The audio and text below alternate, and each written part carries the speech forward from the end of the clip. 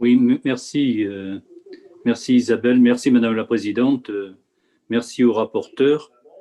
En parallèle des discussions avec l'Europe, il semblerait que Boris Johnson a négocié efficacement aussi et rapidement un accord sur les services financiers avec la Suisse. Ainsi, les entreprises britanniques pourront accéder au marché financier suisse et réciproquement. Sans accord avec l'Europe, le Royaume-Uni ne risque-t-il pas de devenir malheureusement Singapour sur Tamise, c'est-à-dire un paradis fiscal?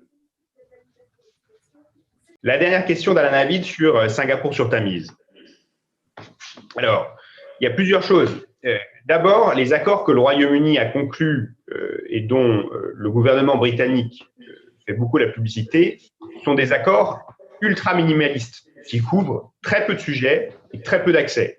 Ce ne sont en aucun cas des accords qui sont de nature à remplacer la relation que le Royaume-Uni a avec l'Union européenne. C'est une dimension totalement différente.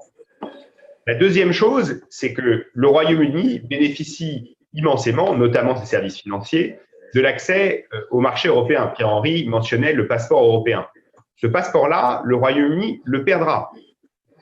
Donc, il y aura des régimes d'équivalence potentiellement où il y aura un accord qui inclura des dispositifs d'équivalence, mais qui ne sont pas du tout équivalents, excusez-moi pour la répétition, ne sont pas du tout la même chose que l'accès plein et entier à desservir le marché européen en service depuis la place de Londres. La troisième chose, c'est que je pense qu'il faut garder à l'esprit que le Royaume-Uni n'est pas Singapour. Le Royaume-Uni, c'est un grand pays en taille, c'est un grand pays en nombre d'habitants, c'est un pays qui a de l'industrie, des régions plus pauvres, des régions plus riches, qui a un système de sécurité déjà dense, qui a des dépenses d'État très conséquentes, qui a une armée, une responsabilité internationale, un siège au Conseil de sécurité, etc. Et avec ces responsabilités par définition requièrent un État assez développé. C'est un État entre guillemets, peut-être moins social que certains des États européens, mais nettement plus social que Singapour ou toutes les comparaisons qu'on pourrait faire. Donc, l'idée que le Royaume-Uni deviendrait Singapour paraît irréaliste au regard de ce que le Royaume-Uni est. Singapour, c'est un pays qui a émergé en développant un nouveau modèle. Le Royaume-Uni, c'est un pays pleinement développé qui devrait, pour devenir Singapour, changer fondamentalement la structure de sa société de façon presque inenvisageable.